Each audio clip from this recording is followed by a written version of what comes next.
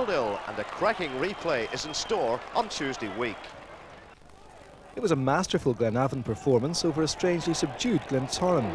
Well, I think we just showed tonight how good a side we can be when we really want to. 4-0, and I even missed a couple of chances, so I think we went out and right from the off. We wanted to win more than Glentoran did. McBride hadn't scored in Glenavon's previous couple of games. A hat-trick last night took his season's total to 34. Well, the first one was a ball over the defence, and I got in behind, but George Neal, as usual with his pace, he recovered again. The ball bobbled about the box, and it actually came off young George McMahon's knees and just fell to me, and I was landing on the ground actually and just swiveled around and scooped it up into the net.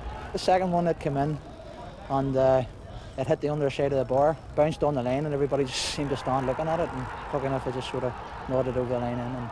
And the third one, a lovely through ball from Colin Crawford. Yes, it was nice through ball. Obviously we were playing against the wind, and the ball actually held up and made it difficult for George Neal, and the ball bounced between the two of us, and he tried to clear it and he kicked it up against myself, and it just fell nicely onto my stride coming into the box, and I just hit it first time. So the damage was done, despite the Glens rallying a little in the second half. But the usually lethal strike force could do nothing right, Glenavon adequately dealing with their best efforts.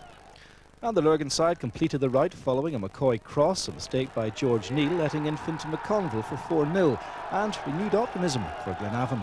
Well, if we play like this, we can do a lot of things. I had an article in tonight's programme saying that we play when we want to play, and tonight we wanted to play, and we're into the next round. Looking forward to Ards here at home. Brian Johnson was talking to Stephen McBride. Meanwhile, Oma's Harry McCourt goes on trial with Hull City of the 3rd Division next week. In the League Cup, Juniors Dundela are rewarded for their endeavours with a home quarter-final tie against the winners of Glenavon and Cliftonville, who play off next Tuesday. Tie of the round looks like Linfield Crusaders.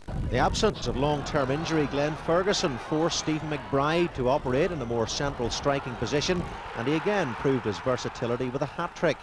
Glenavon dominated the midfield, Glentoran created little throughout, and Glenavon clearly deserved to win by such a margin. Here 17-year-old Gerard McMahon hit the post, but a second goal wasn't far away. Alan Patterson misjudged the flight of the ball in the swirling breeze, and McBride was there again, 2-0 at half-time.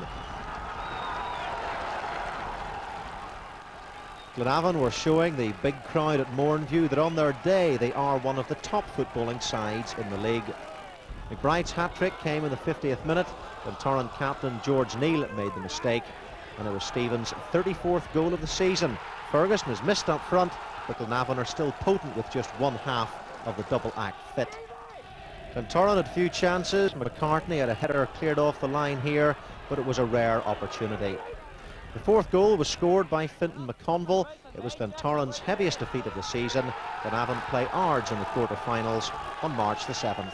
Here in their 4-0 cup whitewash of Glentoran last week is attracting top cross-channel interest. Spurs, Glasgow Celtic and Sheffield United all had representatives at last night's League Cup match with Cliftonville to watch the 17-year-old. Unfortunately, he came off with an ankle injury and is now a doubt for the Irish Cup game against Ards on Saturday. Well, everybody thinks this could be our year. Very